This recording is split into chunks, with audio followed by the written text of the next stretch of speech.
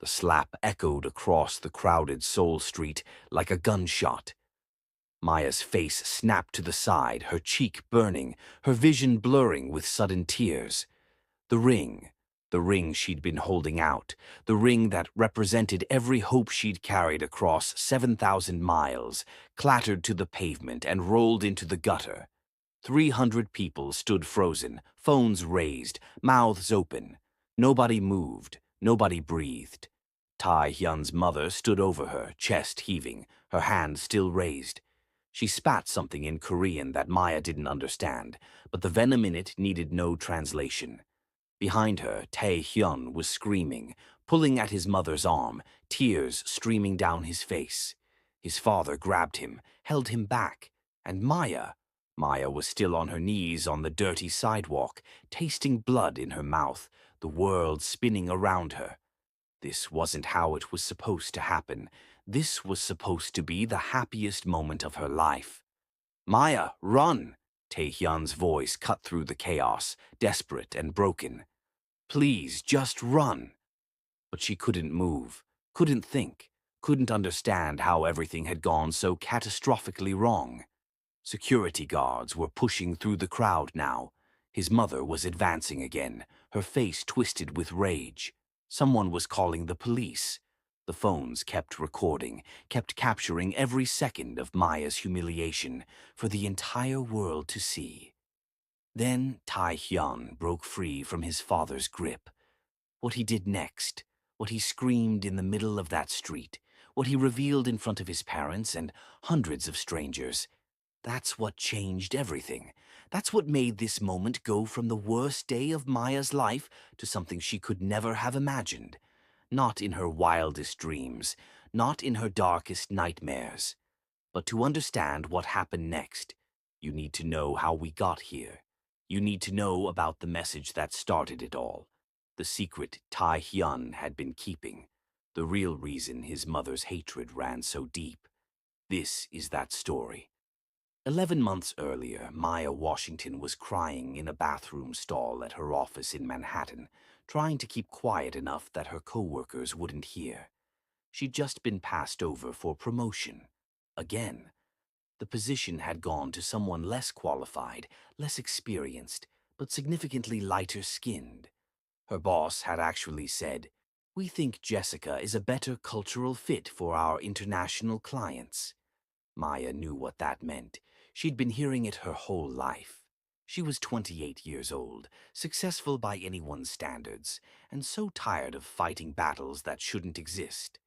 When she finally emerged from the bathroom, mascara fixed and professional mask back in place, her friend and cubicle mate, Shanice, took one look at her and said, "Girl, you need a vacation from your life." "Can't afford it," Maya muttered, slumping into her chair. "Then do something free that makes you happy. Anything. You're walking around here like a ghost." That night, unable to sleep, Maya downloaded a language learning app. Not because she wanted to learn Korean, she'd never even thought about Korea before, but because the app was free and offered live video practice with native speakers. She figured if she was going to be miserable and alone, she might as well be multilingual about it. She created a profile, uploaded a simple photo, and wrote, "English speaker wanting to learn Korean. Let's help each other improve." The messages started immediately. Most were from men who clearly weren't interested in language practice. She deleted those. But one message stood out, sent at 3 a.m. her time, which meant early evening in Seoul. "Hi, I'm Tae-hyun. I'm looking for someone who won't judge me for being terrible at English.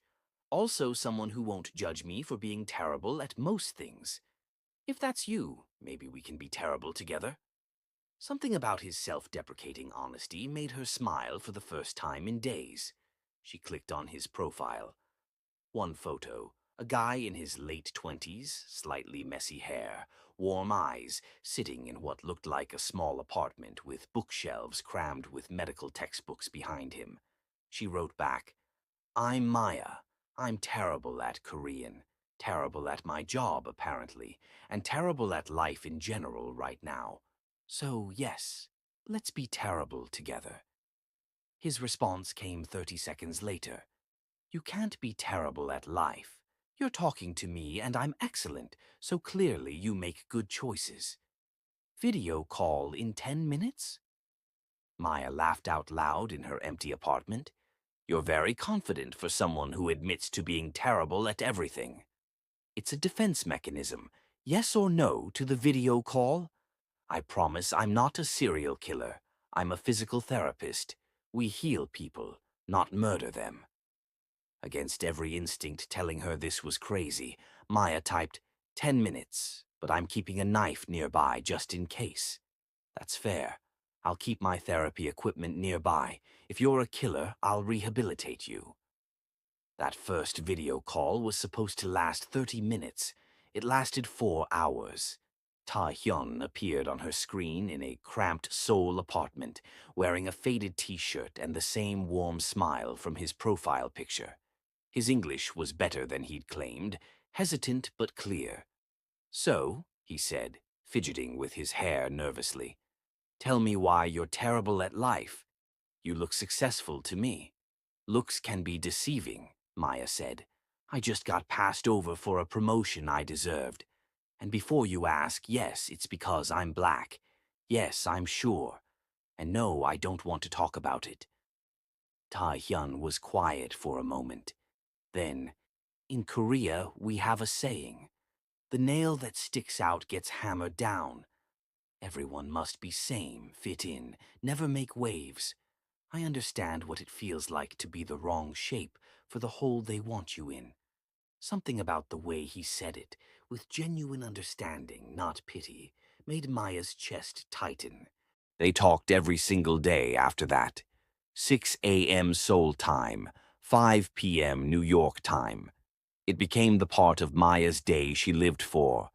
Tae-hyun told her about his work at a rehabilitation clinic, about the elderly patients who treated him like a grandson, about his tiny apartment that cost more than it should because Seoul real estate was insane. He told her about his love for old American movies, how he'd learned English partly by watching Humphrey Bogart films with Korean subtitles. But he never, ever mentioned his family. 2 months in, Maya noticed. You talk about your patients, your co-workers, even your neighbor's annoying dog. But you never mention your parents. Are they alive? Tae-hyun said quickly. Very alive. Just complicated. Complicated how? He was quiet for a long moment, his jaw working like he was chewing on words he didn't want to say. My family has expectations. My father owns a pharmaceutical company. Old money, traditional values. They have a plan for my life that doesn't include... He gestured vaguely at the screen. This. A woman? Maya asked. An American woman, he corrected softly. A non-Korean woman. Maya, I need you to understand something. I'm not ashamed of you. I could never be. But if my parents find out about us before I'm ready to handle it, they will destroy this. They will destroy us. I've seen them do it before. Do what before? Tae-hyun's face darkened. My older brother. He fell in love with a Japanese woman 5 years ago. My parents found out. Cut him off financially. Told everyone in our social circle he was dead to them. He married her anyway. I haven't seen him since the wedding. My parents won't even say his name. Maya felt ice spread through her veins. And you're still talking to me because I'm falling in love with you, Tae-hyun said, his voice cracking. Because for the first time in my life, I'm willing to lose everything for something real. But Maya, I need time. I need to prepare, to become financially independent from them, to build a life they can't take away. Can you give me that? Can you wait? Maya wanted to say no. Every red flag in her brain was waving frantically. But when she looked at his face on that screen, saw the desperation and hope and fear in his eyes, she heard herself say, I'll wait. That was 7 months ago. Since then, their relationship had existed in a strange twilight. They talked every day. They'd even started saying, "I love you." But Maya had never been to Seoul. Tae-hyun had never come to New York. They existed only in video calls and text messages and promises of someday. 3 months ago, Maya had had enough of someday. "I want to visit," she told him during one of their calls. "I have vacation time. I'll get a hotel. We can spend real time together. I need to know this is real, Tae-hyun. I need to know I'm not in love with a ghost." His face had gone pale. "Not yet. Please, I'm almost ready. I just need a few more months." "You've been saying that for half a year." Maya's frustration finally boiled over. "Every time I ask to meet you, you have another excuse. Are you even real? Are you actually who you say you are? For all I know, you're catfishing me with someone else's photos." "Maya, don't—" "Then prove it," she challenged. "Prove you're real. Prove we're real. Let me come to Seoul." Tae-hyun had been quiet for a long, terrible moment. Then he'd said the words that led to this disaster. "Give me 1 month, 30 days. I'll tell my parents everything, and then you can come. I promise." That was 3 weeks ago. For 3 weeks, Tae-hyun's messages became shorter, his video calls less frequent. He claimed he was working extra shifts, preparing to have the conversation with his parents. But Maya felt him slipping away, felt the distance between them growing into something more than just miles. So she made a decision. She would surprise him. Fly to Seoul, show up at his clinic, prove with her presence that what they had was worth fighting for. She'd researched the address of his rehabilitation center, memorized his schedule, even learned a few Korean phrases. And she'd bought a ring, a simple platinum band that represented 8 months of hope, love, and belief in something everyone told her was impossible. The plan was romantic, cinematic, the kind of grand gesture that worked in the movies Tae-hyun loved so much. She landed in Seoul on a Tuesday morning, took a taxi to Gangnam, found the luxury shopping complex near his clinic where he took his lunch break every Thursday.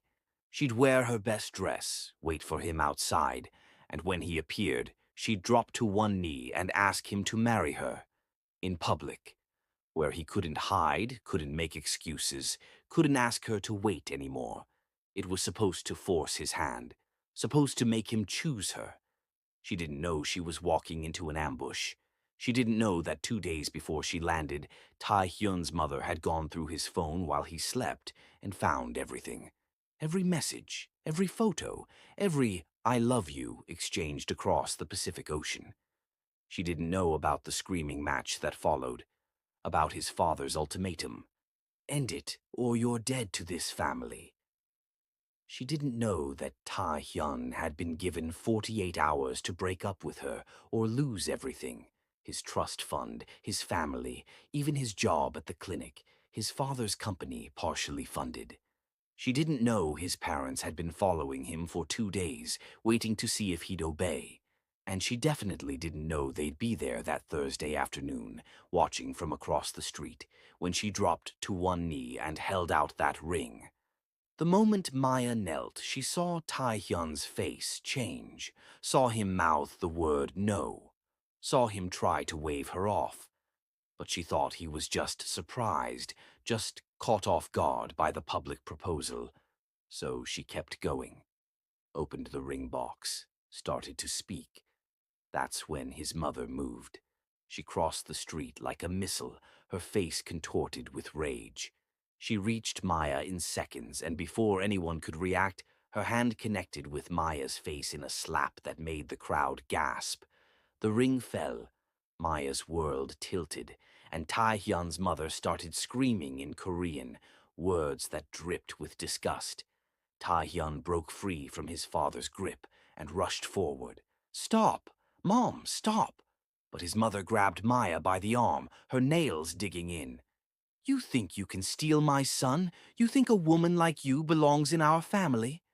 Maya finally found her voice. "A woman like me?"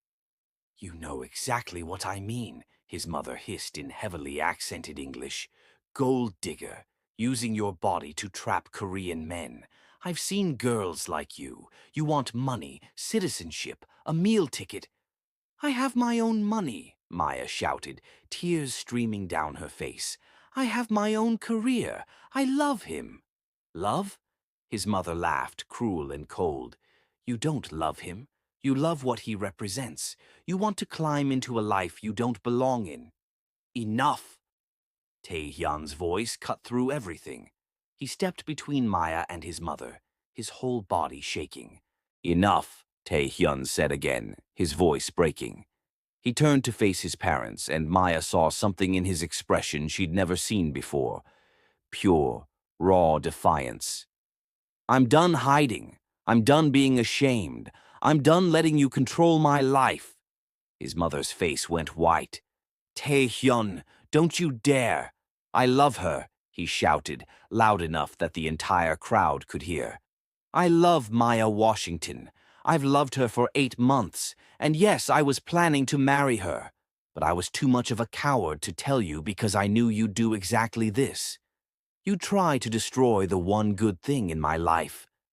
His father stepped forward, his voice low and threatening. If you choose her, you lose everything. Your trust fund, your position at the clinic, this family, everything your grandfather built. Are you willing to throw that away for some American girl you met on the internet? She's not some girl, Tae-hyun's voice cracked. She's the woman I want to spend my life with. And yes, I'm willing to lose everything, because none of it means anything without her. The crowd was dead silent. Phones were still recording. Maya was still on her knees, unable to process what was happening. This wasn't the plan. This was so much bigger than her plan. Tae-hyun turned to her, tears streaming down his face. He dropped to his knees in front of her, right there on the dirty pavement, and took her hands in his. Maya, I'm so sorry. I should have told you about them. I should have warned you. I was trying to protect you from this, but I only made it worse. I'm a coward and a fool, and I don't deserve you. Tae-hyun, Maya started, but he kept going. But I love you. God, I love you so much, and I don't care if my parents disown me. I don't care if I have to start over with nothing. I don't care if everyone in this crowd thinks I'm insane. You flew 7,000 miles to propose to me. The least I can do is give you an answer. He reached into his pocket and pulled out a small box. A ring box.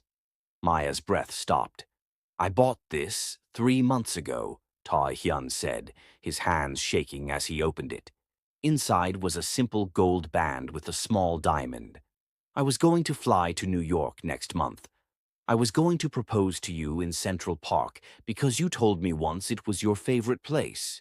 I had a whole plan, but you beat me to it, and honestly, he laughed through his tears. That's so perfectly you, brave and impulsive, and refusing to wait for anyone. His mother made a sound like a wounded animal. Tae-hyun, if you do this, then I do it, he said, not looking away from Maya.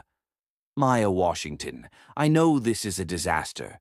I know we're kneeling in the middle of Gangnam while 300 people film us, and my mother looks like she wants to commit murder. I know this isn't romantic or beautiful or anything like what you deserve, but will you marry me anyway? Maya couldn't speak, couldn't breathe. Her face was still stinging from the slap. Her ring was still in the gutter somewhere. This moment was chaos and pain and nothing like she'd imagined.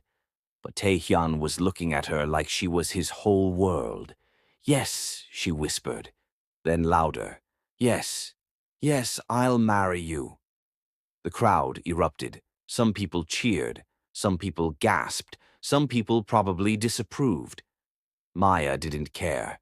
Tae-hyun slipped the ring onto her finger, and she pulled him into a kiss that tasted like tears and hope, and the beginning of something impossibly hard and impossibly worth it. His mother turned and walked away, his father following. They didn't look back. Tae-hyun pulled back from the kiss, resting his forehead against Maya's.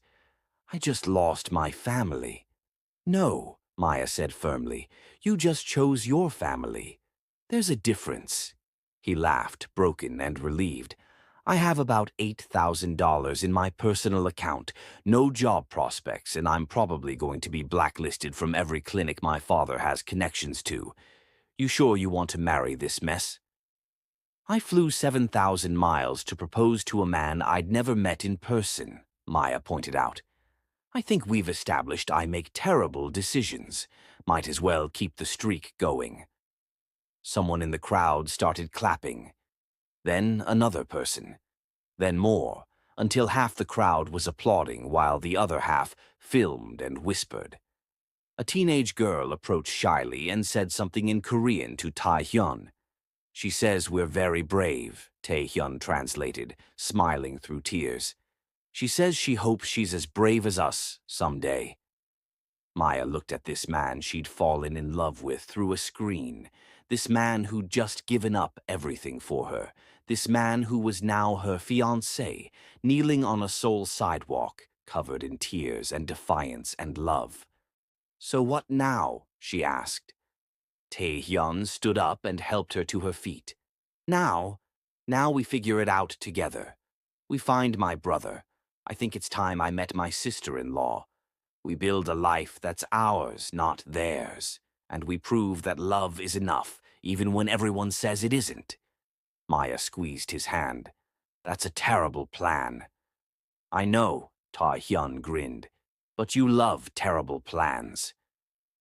They walked away from that crowd hand in hand, leaving behind his family's approval, his trust fund, and every safe choice he'd ever made. It wouldn't be easy. There would be hard days ahead, cultural clashes, financial struggles, moments of doubt. But there would also be mornings waking up together. There would be inside jokes and terrible Korean English puns, and a love that had already survived everything designed to kill it. 3 months later, they got married in a tiny ceremony with 12 people. Maya's mom, her best friend Shanice, Tae-hyun's brother and sister-in-law, and 8 of their closest friends. Tae-hyun's parents weren't there, but somehow it was perfect anyway. And that proposal video? It went viral. 20 million views. Hundreds of comments from people saying they'd been inspired, that they'd found courage, that they'd chosen love over fear because 2 strangers in Seoul had done it first. Sometimes the worst moments of your life turn into the best ones. Sometimes the plan falling apart is exactly what needed to happen. And sometimes love really is enough, even when everyone says it isn't. If this story touched your heart, hit that like button and subscribe for more real stories about love that defies the odds. Drop a comment below telling me, would you have had the courage to do what Maya did, or what Tae-hyun did? Let's talk about it. And if you know someone who needs to hear this story today, someone choosing between love and expectations, share this video with them. Sometimes we all need a reminder that the bravest thing we can do is choose our own happiness. Thanks for watching, and I'll see you in the next one.